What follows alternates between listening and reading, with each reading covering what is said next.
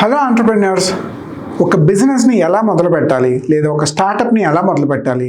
అందులో ఉండే different aspects ఏంటి? ఏ పాయింట్స్‌ని మనం కన్సిడర్ చెయ్యాలి, చెయ్యకూడదు? ఇలా చాలా డౌట్స్ చాలామందికుంటాయి.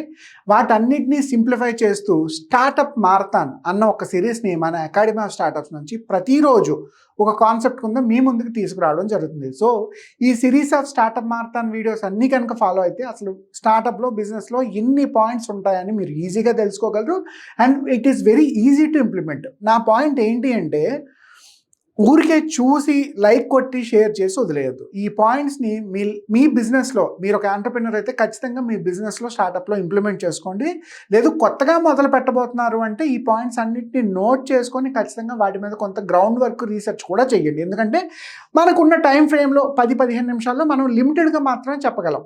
సో, ఆ చెప్పే 5 పాయింట్స్‌ని, 10 పాయింట్స్‌ని మీరు ఒక్కసారి మీ పర్సనల్ అనాలిసిస్ కూడా చేయండి. So that it is easy to implement a startup. అయితే ఈరోజు మనం డిస్కస్ చేయబోతున్న టాపిక్ ఏంటి అంటే January 6, 2025లో జనవరి ఫౌండేషన్ మంత్ కింద మనం తీసుకుంటే అసలు ఒక సింపుల్ స్టార్టప్ ప్లాన్ని ఎలా డిజైన్ చేయాలి?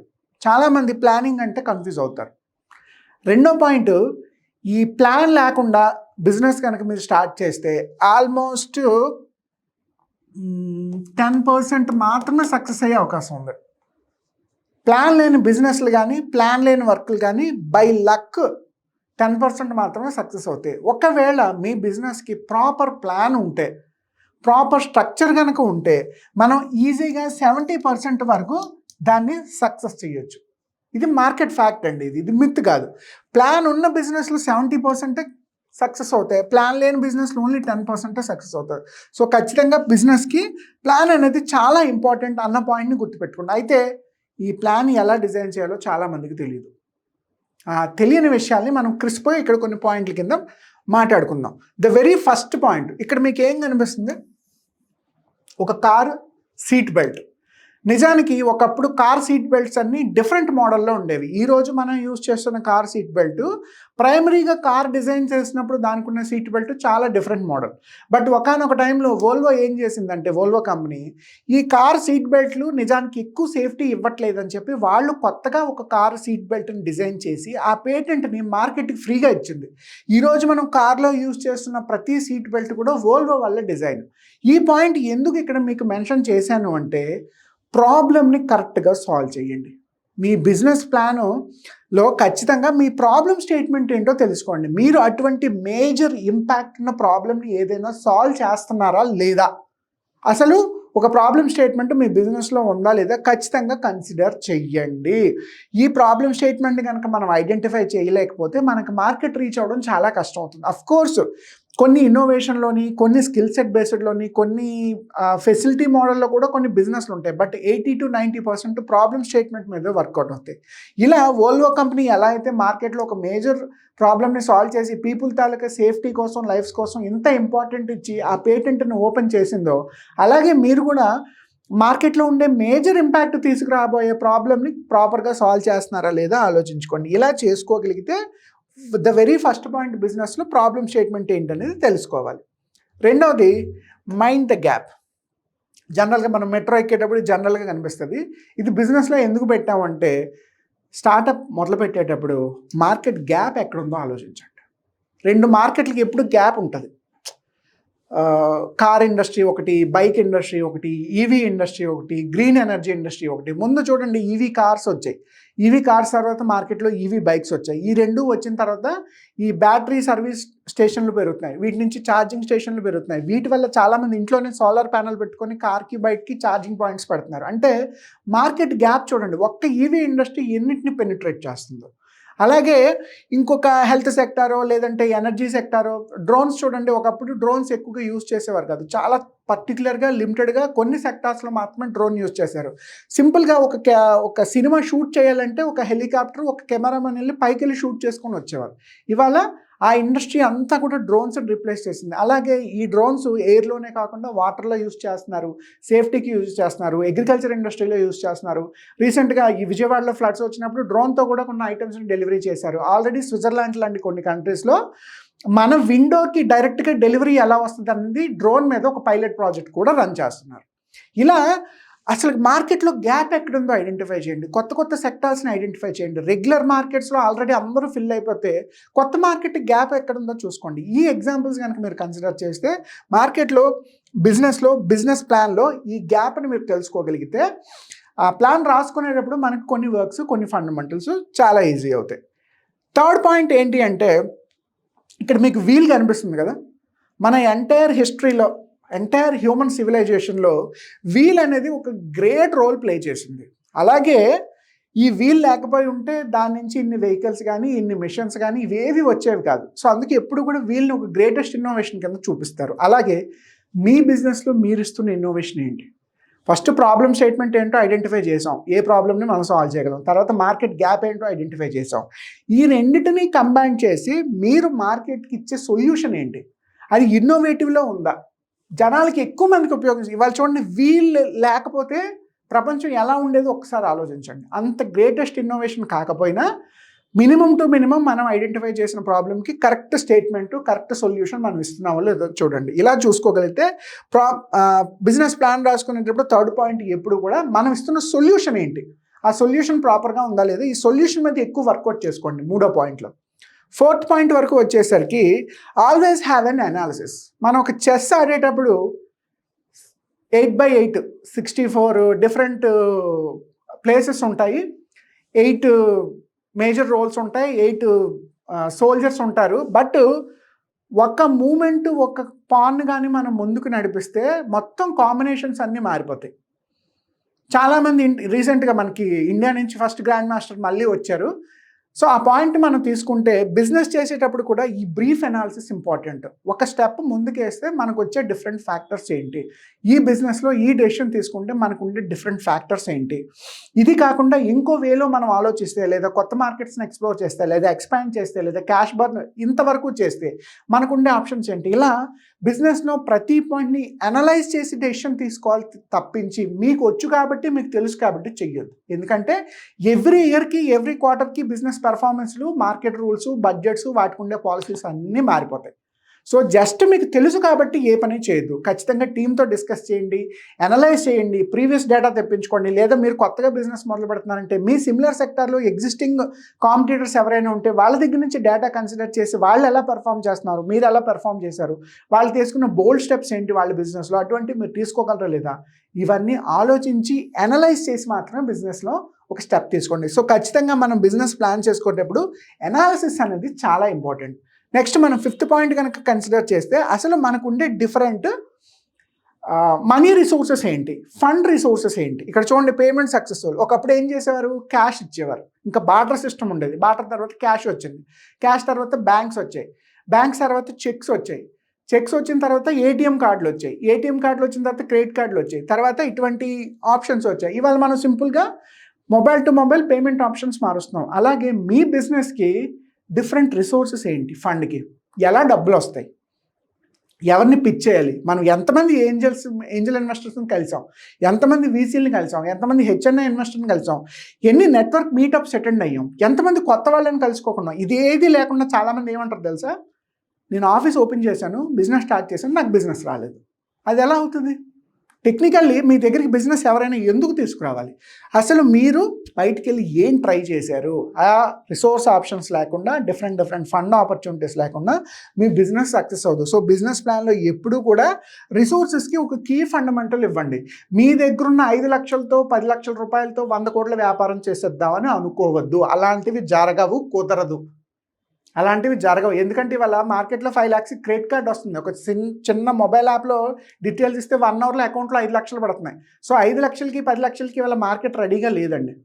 మీ దగ్గర ఉన్న 5 లక్షల రూపాయలు 10 లక్షల రూపాయలతో మీరు పెద్ద బిజినెస్ ఎంపైర్ పెట్టేద్దని అవన్నీ సినిమాల్లో జరుగుతాయి, బయట జరగవు. ఫర్దర్ ఫండ్స్ని ఎలా ప్రొక్యూర్ చేసుకోవాలి, మార్కెట్లో ఫండ్స్ ఇచ్చేవాళ్ళు ఎవరు, ఆ రిసోర్స్ ఆప్షన్స్ ఏంటి, ఇవన్నీ కూడా ఖచ్చితంగా మీ బిజినెస్ ప్లాన్లో ఇంక్లూడ్ చేసుకోండి. ఇన్వెస్ట్మెంట్ లేకుండా మీరు బిజినెస్లో క్లిక్ అవ్వలేరు. తర్వాత మనం 6th పాయింట్ కనుక చూసుకుంటే, అడ్వర్టైజ్మెంట్ అందరూ చూసే ఉంటారు. బిఫోర్ హార్పిక్ టాయిలెట్స్ కానీ, వాష్రూమ్స్ కానీ, కమోడ్స్ కానీ క్లీన్ చేయడానికి యాసిడ్ యూజ్ చేసేవారు. బట్ ఎప్పుడైతే మార్కెట్లోకి ఈ హార్పిక్ యాడ్ వచ్చిందో ఇండస్ట్రీ అంతా షిఫ్ట్ అయిపోయింది.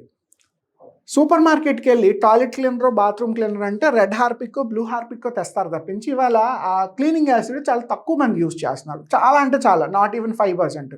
బట్ ఆల్మోస్ట్ 70 to 80% ఈ ప్రోడక్ట్ మార్కెట్ని రూల్ చేసింది. ఎందుకంటే because of the so called advertisement లేకుండా మన హార్పిక్ ఉందని ఎలా తెలుస్తుంది? హార్పిక్ని ఎందుకు కొంటుంది? పర్టికులర్గా 7 o'clock 8 o'clock ఆ టైంలోనే యాడ్ ఎందుకు పుష్ చేస్తారు? ఎందుకంటే ఆ టైంలో ఎక్కువ మంది ఇంటికి వచ్చి టీవీల ముందు కూర్చుంటారు. ఖచ్చితంగా ఆ టైంలో మనం యాడ్ ప్లేస్ చేస్తే ఎక్కువ మంది కొంటారు. సో అక్కడ నుంచి పీపుల్ మైండ్ సెట్ అలా మారింది. ఓకే, సూపర్ మార్కెట్కి వెళ్ళి హార్పిక్ తెచ్చుకుందాం, ఇక మీద వాష్రూమ్ క్లీనర్ కానీ టాయిలెట్ క్లీనర్ కానీ అడగరు. హార్పిక్ తెచ్చుకోండి, లేదంటే డామెక్స్ తెండి, లైజోల్ తెండి, ఇలా వాటి బ్రాండ్స్ని మనం ఐడెంటిఫై చేయడం మొదలుపెట్టాం. లేదంటే రూమ్ సరిగ్గా బాగాలేదనుకోండి, ఎయిర్ ఫ్రెషనర్ తీసుకురండి అంటాం, గోద్రేజ్ ఎయిర్ పాకెట్ అంటాం. వాష్రూమ్లో కూడా గోద్రేజ్ ఎయిర్ పాకెట్స్ యూస్ చేస్తాం. ఇవన్నీ కూడా బ్రాండ్ అడ్వర్టైజ్మెంట్ వల్ల మాత్రమే జరిగింది. సో మీ బిజినెస్లో నాకు అడ్వర్టైజ్మెంట్ అక్కర్లేదు, నేను మార్కెట్లో క్లిక్ చేస్తే సింపుల్గా సక్సెస్ అయిపోతాను అని అనుకోవద్దు. 10 రూపాయల Kinder Joy Kit Kat chocolate, 1 rupee crane వక్కపొడి, ప్రతి ఒక్కడు టీవీలో అడ్వర్టైజ్మెంట్ చూపిస్తున్నాడు. మీ బ్రాండ్కి కూడా 10 మందికి తెలియాలి, ఎక్కువ మంది కొనాలంటే మార్కెటింగ్ అడ్వర్టైజ్మెంట్ కూడా చేయాలి. అఫ్కోర్స్ మార్కెటింగ్ అనేది చాలా పెద్ద సబ్జెక్టు. ఆ మార్కెటింగ్ ప్లాన్ ఎలా ఉండాలి మీరు ఖచ్చితంగా ప్లాన్ చేసుకోండి. లేదు నాకు అడ్వర్టైజ్మెంట్ అక్కర్లేదు, నేను అంత స్టాక్ తీసుకొచ్చి నా ఇంట్లో పెట్టుకుంటాను, ఇక్కడి నుంచి మార్కెట్ సేల్ అయిపోద్దు అనుకోవద్దు.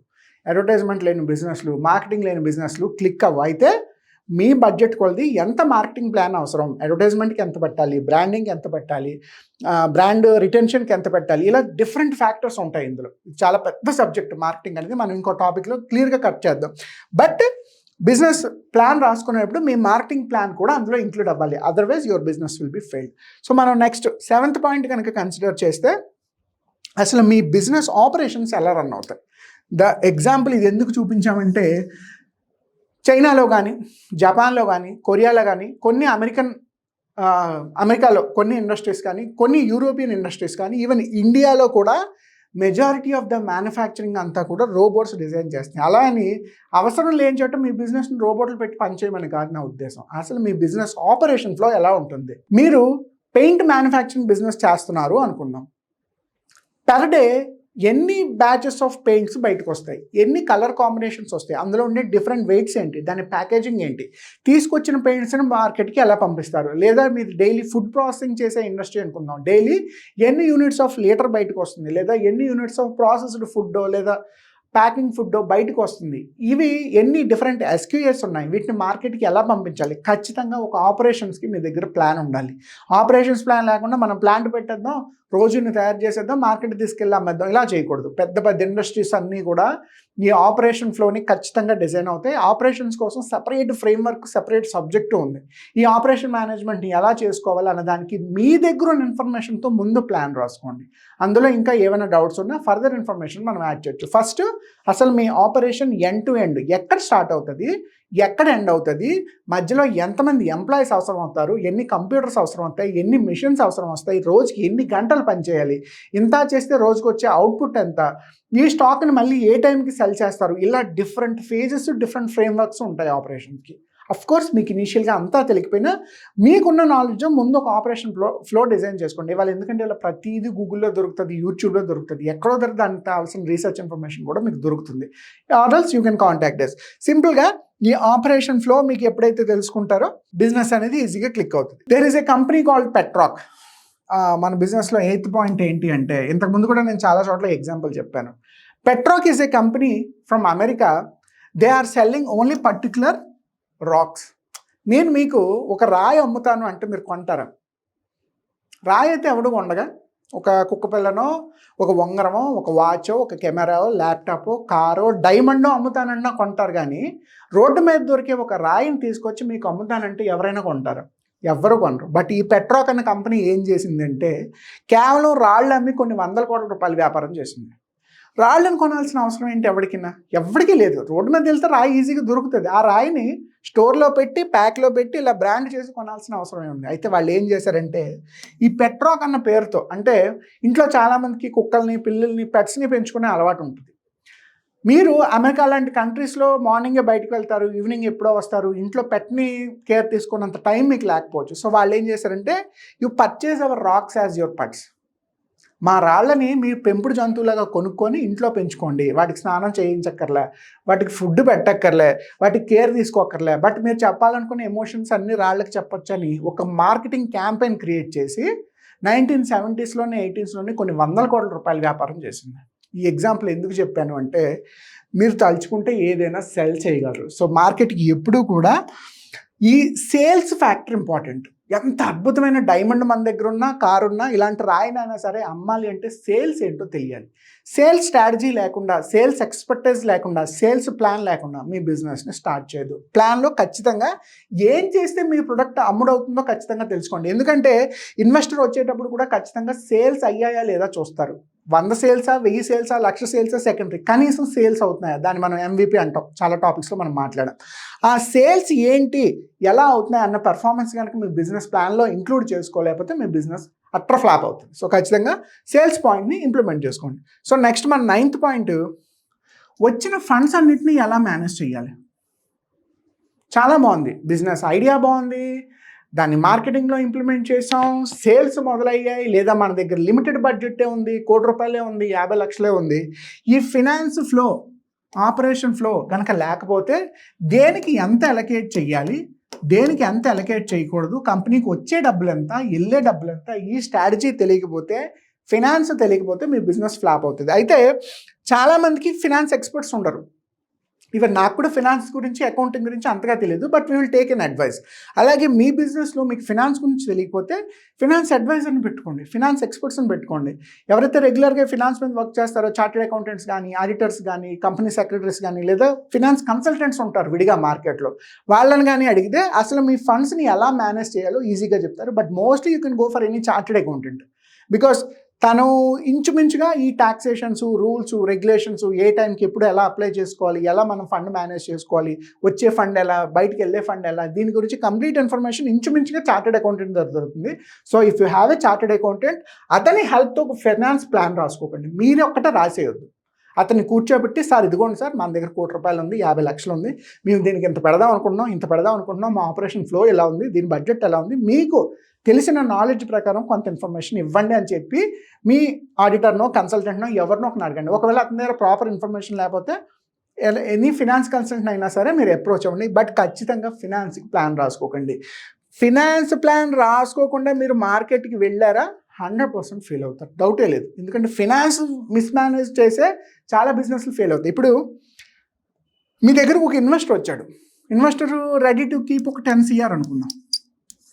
ఈ 10 CR ఏం చేయాలో తెలియక చాలా బిజినెస్లు లాస్ అయ్యాయి. ఈ 10 CR ఏం చేస్తారంటే తీసుకొచ్చిన వెంటనే కంపెనీలో పెడతారు. ఇల్లు కొంటాడు ఒకడు, కారు కొంటాడు ఒకడు, రియల్ ఎస్టేట్లో పెడతాడు ఒకడు, సినిమాలు తీస్తాడు ఒకడు, పర్సనల్గా వాడుకుంటాడు ఒకడు, అప్పులు తీర్చేవాడు ఒకడు. ఇలా ఫండ్స్ని మిస్యూజ్ చేసి చాలా స్టార్టప్స్ ఫెయిల్ అయ్యాయి. అసలు ఈ ఫండ్ని ఎలా మేనేజ్ చేయాలో కూడా చాలా స్టార్టప్స్కి తెలియదు. సో ఖచ్చితంగా ఫండ్కి, ఫినాన్స్కి ఒక బిజినెస్ ప్లాన్ ఉండాలి. మీకు వచ్చే ప్రతి రూపాయికి మీ దగ్గర లెక్క ఉండాలి. దాన్ని ప్రాపర్గా కంపెనీ కోసమే 99 కాదు 100% మీ కంపెనీ కోసమే యూజ్ చేయాలి. అలా చేస్తేనే మీ ఫినాన్స్ వర్కౌట్ అవుతుంది. సో ఫినాన్స్ ప్లాన్ కూడా బిజినెస్లో చాలా ఇంపార్టెంట్. అండ్ ఫైనల్లీ మనం 10th పాయింట్ కనుక చూసుకుంటే, what are the small milestones. Business run చేసేటప్పుడు అన్నీ ఓవర్ నైట్ జరగవు. ఫస్ట్ 1 month ఏం చేయగలం, 6 months ఏం చేయగలం, 1 yearకి ఏం చేయగలం, 2 years plan, 3 years, 4 years, 5 years, 6 years, ఇలా చిన్న చిన్న మైల్ స్టోన్స్ పెట్టుకోండి బిజినెస్లో. బేసిక్గా మనం అచీవ్ అవ్వాల్సింది ఇదే. 6 years తర్వాత మన దగ్గర ఒక 10,000 crores, 20,000 crores, లేదంటే 5 billion ఎంతో కొంత వాల్యుయేషన్ ఉండాలి, నేను కాదన్ను. కానీ అది అచీవ్ చేయాలంటే ఓవర్ నైట్లో అయ్యేది కాదు. సో ఖచ్చితంగా ఫస్ట్ ఇయర్ అయితే 4 quartersకి ప్లాన్ రాసుకోండి. సెకండ్ ఇయర్ నుంచి ఇయర్లీ టార్గెట్స్ పెట్టుకోండి. 1 yearకి ఏం అచీవ్ అవ్వాలి, లేదా 1.5 yearకి, 2 yearsకి, 2.5 yearsకి, అలా 6 monthsకి చిన్న చిన్న మైల్ స్టోన్స్ పెట్టుకోండి. మీరు ఎక్స్పాండ్ చేద్దాం అనుకున్నారు, at a time 100 branches expand చేయొద్దు. 2 branches ఎక్స్పాండ్ చేసి వాటిని టెస్ట్ చేసి తర్వాత ఇంకొక 2, ఓకే 4 బాగానే ఉన్నాయి, ఇప్పుడు ఇంకొక 4, అలా మెల్లమెల్లగా పెంచుకోవాలి తప్పించి మీ చేతిలో డబ్బులు ఉన్నాయని all of the time funds ఒకేసారి పెట్టకూడదు. ఎందుకంటే ఇక్కడ ఫండ్ అలొకేట్ చేయడం మేజర్ ఛాలెంజ్ కాదు, మార్కెట్కి మీరు ఎంతవరకు రీచ్ అవుతున్నారు, కస్టమర్స్ ఎలా మిమ్మల్ని రిసీవ్ చేసుకుంటున్నారు, వాళ్ళ దగ్గర నుంచి తిరిగి డబ్బులు ఎలా వస్తున్నాయి, ఈ పాయింట్ చాలా ఇంపార్టెంట్. సో ఖచ్చితంగా చిన్న మైల్ స్టోన్స్ అయినా పెట్టుకోండి, చిన్న మైల్ స్టోన్స్ పెట్టుకోండి, మైల్ స్టోన్ అచీవ్ చేయండి. ఎందుకు మనం మైల్ స్టోన్ అన్నా అంటే ఒక ప్లేస్ నుంచి ఇంకో ప్లేస్కి వెళ్ళేటప్పుడు మధ్యలో డిస్టెన్స్ అలవాటు అవుతుంది, డిస్టెన్స్ దాటుకుంటూ మనం ఇంకో డెస్టినేషన్కి వెళ్ళాలి. అలాగే బిజినెస్లో డిఫరెంట్ పాయింట్స్ని మనం పెట్టుకునేటప్పుడు ఫస్ట్ చిన్న హర్డల్ ఉంటుంది, తర్వాత ఇంకొంచెం పెద్దది ఉంటుంది, తర్వాత ఇంకా పెద్దది, తర్వాత ఇంకా పెద్దది, ఇలా మైల్ స్టోన్స్ అచీవ్ చేస్తూ వెళ్ళాలి. అంతే తప్ప డైరెక్ట్గా ఇక్కడి నుంచి ఇక్కడికి జంప్ అవ్వడం అనేది కుదరదు.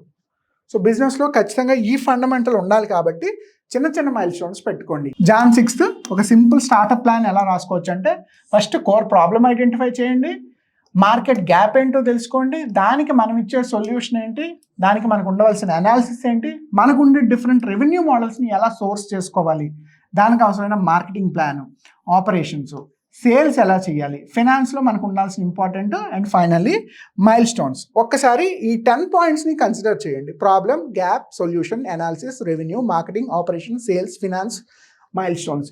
ఈ 10 పాయింట్స్ని కనుక మీరు కన్సిడర్ చేస్తే బిజినెస్ ప్లాన్ రాసుకోవడం చాలా ఈజీ అవుతుంది. సో ఒక్కొక్క స్లైడ్లో ఒక్కొక్కటి రాసుకోండి. మీరు ఒక బిజినెస్ ప్లాన్ చేసుకునేటప్పుడు ఈ 10 పాయింట్స్ని సింపుల్గా కన్సిడర్ చేసినా సరే మనకు ఓవరాల్ బిజినెస్ ప్లాన్ అయిపోతుంది. ఇలా బిజినెస్లో మీరు ఏదైనా చేద్దాం అనుకునేటప్పుడు దానికి ఉండే డిఫరెంట్ డౌట్స్ ఏమైనా కావాలన్నా you can happily contact us, because we're doing IMPG, we're an entrepreneur, we're a trainer, and we're a business consultant. At the same time మనకి కంపెనీ వైజ్ కూడా మీకు కావాల్సిన బిజినెస్ ఐడియాస్ కానీ, కన్సల్టింగ్ కానీ, debt and equity, మీ startups ఉంటే కనుక మీకు డెట్ అండ్ ఈక్విటీ ఎలా రేస్ చేయాలి, అండ్ అలాగే మీకు కావాల్సిన టెక్నాలజీని ఎలా డెవలప్ చేయాలి, దీనికి ప్రతిదానికి మన దగ్గర end to end frameworks team కూడా ఉంది. So we're dedicatedly working for startups and businesses and their market reach in the ecosystem of India. So బిజినెస్లో మీకు ఏ డౌట్ ఉన్నా, స్టార్టప్లో ఏ డౌట్ ఉన్నా, happily you can contact academy of startups. ఈ స్టార్టప్ వీడియోస్ని మీ సర్కిల్లో, ఫ్యామిలీలో ఎవరైనా బిజినెస్ లేదా స్టార్టప్ మొదలు పెడదాం అనుకుంటే వాళ్ళకి మాత్రం షేర్ చేయండి, ఎందుకంటే వాళ్ళకి సపోర్ట్ చాలా అవసరం. Happy entrepreneurship. Thank you.